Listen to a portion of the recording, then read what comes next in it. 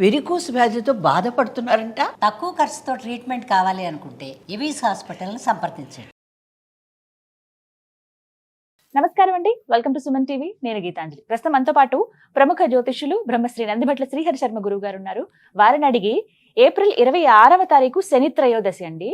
శని ప్రభావం ఈ విశ్వావసునామ సంవత్సరంలో ద్వాదశ రాశుల వారికి ఉందని గురుగారు ఆల్రెడీ చెప్పి ఉన్నారు. అయితే ఎటువంటి ప్రభావం ఉంటుంది, ప్రత్యేకించి ఈ శని త్రయోదశి రోజున ఎటువంటి పరిహారాలు చేసుకుంటే మంచిదో తెలుసుకుందాం. ప్రత్యేకించి ఇప్పుడు మీనం, మేషం వీరికి బాగా ఎక్కువగా ప్రభావాలు ఉంటాయని చెబుతూ ఉన్నారు. అలాగే కుంభరాశి వారికి కూడా ఈ ప్రభావం ఉంటుందని అంటున్నారు. ఇలా వీటి గురించి తెలుసుకుంటూ పరిహారాల గురించి కూడా మరిన్ని వివరాలు మాట్లాడదాము. గురువు గారితో మాట్లాడదాం. నమస్కారం గురుగారు. వాగర్థావివ సంపృక్తౌ వాగర్థ ప్రతిపత్తయే జగతః పితరౌ వందే పార్వతీ పరమేశ్వరౌ. ఆదిత్యాయ చ సోమాయ మంగళాయ బుధాయ చ గురు శుక్ర శనిభ్యశ్చ రాహవే కేతవే నమః.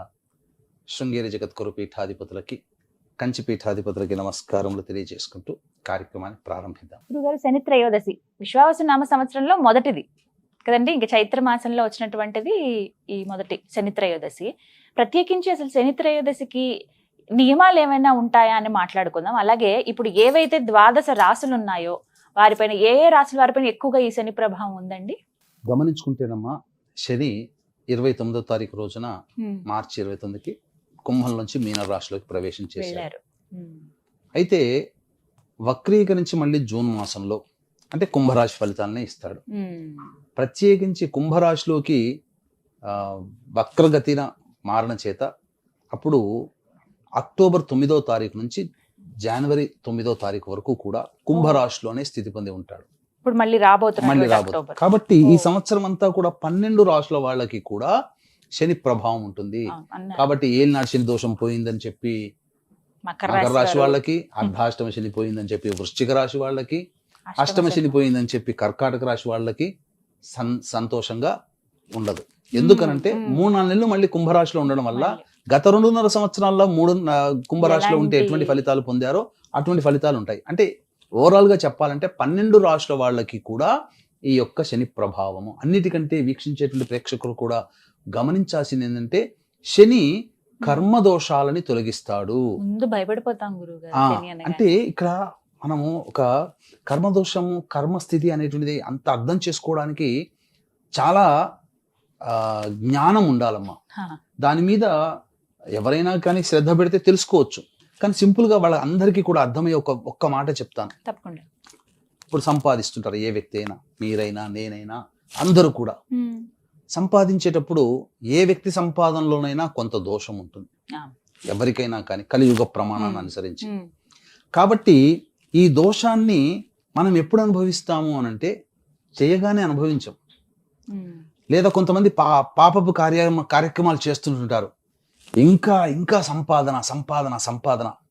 ఈ పాప కార్యాలు చేస్తున్న సందర్భంలో చేసేవాడికి యోగం ఉంటుంది కాబట్టి ఎక్కువ పాపాలు చేసి ఎక్కువగా డబ్బు సంపాదిస్తాడు. కానీ ఖచ్చితంగా ఎక్కడో ఒక చోట ఎప్పుడో ఒకప్పుడు దాని యొక్క దోషాన్ని అనుభవించాలి. ఎప్పుడు అనుభవిస్తాడంటే మనిషి తన జీవితంలో శని గోచారంలో దుష్ట స్థానాలలోకి వచ్చినప్పుడు అప్పుడు అనుభవిస్తాడు. ఇప్పుడు 100 రూపాయలు దొంగతనం చేశాడంటే రేపు పొద్దున 10,000 అవుతాయి. అది ఎప్పుడు 10,000 నష్టపోతాడు? శని గోచారంలోకి దుష్ట స్థానంలోకి వచ్చినప్పుడు నష్టపోతాడు. కాబట్టి మరి ఇటువంటి ప్రభావాలు ఏ వాళ్ళకి ఎక్కువగా ఉంటాయి అని అంటే మనకు ఉన్నవి 12 రాశులు లేదా 12 లగ్నాలు. వీటిని 2 గ్రూప్స్ గా డివైడ్ చేశారు. ఒకటి జూపిటర్, 2 సాటర్న్. సాటర్న్ గ్రూప్ లో ఉన్నటువంటి రాశులు ఏంటంటే వృషభము, మిథునము, కన్య, తుల, మకరము, కుంభం. పైగా ఈ లగ్నాల్లో కానీ ఈ రాశుల్లో జన్మించినటువంటి వాళ్ళకి శని చాలా యోగకారకుడు. కాబట్టి ఈ వృషభ, మిథున, కన్య, తుల, మకర, కుంభ రాశులలో జన్మించినటువంటి వారికి లేదా లగ్నాలలో జన్మించినటువంటి వారికి శని చాలా తక్కువ దోషాన్ని కలగచేస్తాడు కంపారిటివ్లీ మిగతా రాష్ట్ర వాళ్ళకి. ఈ గురుపాలిత రాశులు లేదా లగ్నాలు ఏంటంటే మీనం, మేషం, కర్కాటకం, సింహం, వృశ్చికం, ధనుస్సు. ఈ 6 రాశులు లేదా లగ్నాల్లో జన్మించినటువంటి వాళ్ళకి శని దుష్ట స్థానాల్లోకి వచ్చినప్పుడు ప్రభావం చాలా విపరీతంగా ఉంటుంది. ఒక్క ఎగ్జాంపుల్ చెప్పాలంటే వీక్షించేటువంటి ప్రేక్షకుల్లో కూడా ఈ యొక్క గత 2.5 సంవత్సరాలుగా వృశ్చిక రాశిలో జన్మించిన వాళ్ళు ఉన్నారనుకోండి, ఎన్ని రకాలుగా కష్టాలు పడి ఉంటారు ఒక్కసారి ఇమాజిన్ చేసుకోండి. 2006 నుంచి 2009 మధ్య కాలంలో సింహరాశిలో జన్మించినటువంటి వాళ్ళు ఒక్కసారి గుర్తు తెచ్చుకోండి. ఆ సమయం 2006 నుంచి 2009 అంటే చెరుకు గడలైనా ఇంకా పిప్పి తీస్తే చుక్క వస్తుందేమో కానీ వాళ్ళ జీవితంలో అలా స్క్వీజ్ అయిపోయారు. అంటే దుష్ట స్థానాల్లోకి వచ్చినప్పుడు ఆ రాశి వాళ్ళు, ముఖ్యంగా గురుపాలితంలో జన్మించినటువంటి మీన, మేష, కర్కాటక, సింహ, వృశ్చిక, ధనుస్సు ఈ లగ్నాలు లేదా రాశుల్లో జన్మించినటువంటి వాళ్ళకి శని చాలా దోషాన్ని కలగచేస్తాడు.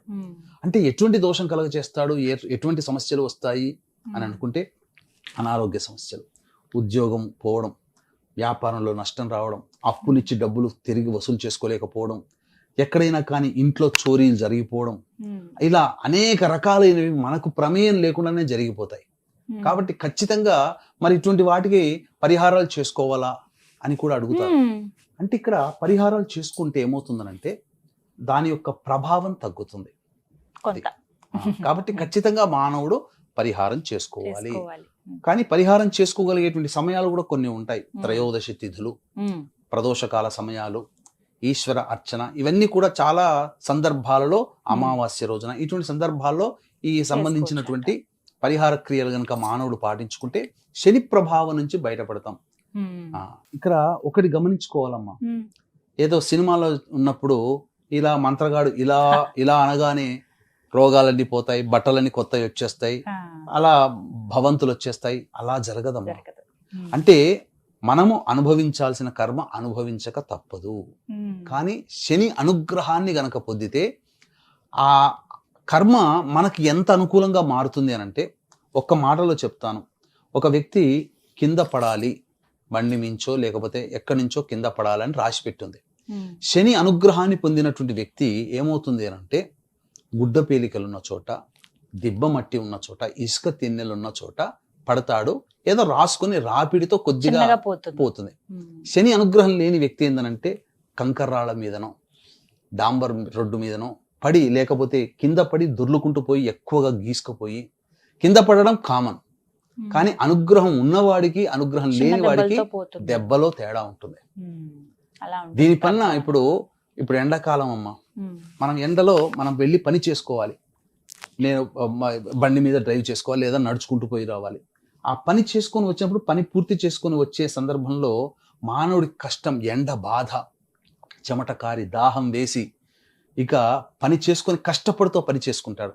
అదే ఒక గొడుగు పట్టుకొని పోయాడు అనుకోండి, కొద్దిగా ఉపశమనం లభిస్తుంది కదా, పని చేసుకుంటాడు, పని కావాలి. అట్లాగే శని అనుగ్రహం ఉన్న వ్యక్తి గొడుగు లాంటి ఆధారం శని అనుగ్రహం, కాబట్టి పని అవుతుంది. కానీ ఇటువంటి శని అనుగ్రహం లేకపోతే కష్టాలు పడి చేసుకోవాలి. కాబట్టి ఖచ్చితంగా పరిహారాలు చేసుకోవాలి. మరి 26వ తారీఖు సమయం ఎప్పటి నుంచి ఎప్పటి వరకు ఉందండి? పూర్తిగా తిది ఉందా త్రయోదశి? త్రయోదశి ఆ రోజున ఉదయం 8:36 వరకు ఎంతో ఉందమ్మా, అంతే. ఉదయం అంతే. పైగా ఉత్తరాభాద్ర నక్షత్రం కూడా, శనివారం 3 కలిసి వచ్చిన అద్భుతమైన రోజు, మళ్ళీ అమావాస్య కంటే ముందున్నటువంటి రోజు. కాబట్టి ఆ రోజున అన్ని రాశుల వాళ్ళు, ముఖ్యంగా మీనం, మేషం, మిథునం, కర్కాటకం, సింహం, కన్యా, వృశ్చికం, ధనుస్సు, కుంభరాశిలో జన్మించిన వాడు ఖచ్చితంగా పరిహారాలు చేసుకోవాల్సిందే. ఎటువంటి పరిహారాలు? ఉదయం 8:30 వరకే ఉంది కాబట్టి తెల్లవారుజామున లేసి చేసుకోవాల్సినటువంటి ఆ పరిహారాలు ఏంటో తెలియచేయండి. తప్పకుండానమ్మా. ముఖ్యంగా ఆ పరిహారాలు ఏంటంటే, శనివారం రోజున ఉదయం 5:49 సూర్యోదయం అవుతుంది. కాబట్టి దరిదాపుగా 7:15 వరకు దుర్ముహూర్తం ఉంటుంది. కాబట్టి ఆ దుర్ముహూర్తంలో మనం ఎటువంటి పనులు కూడా చేయలేము.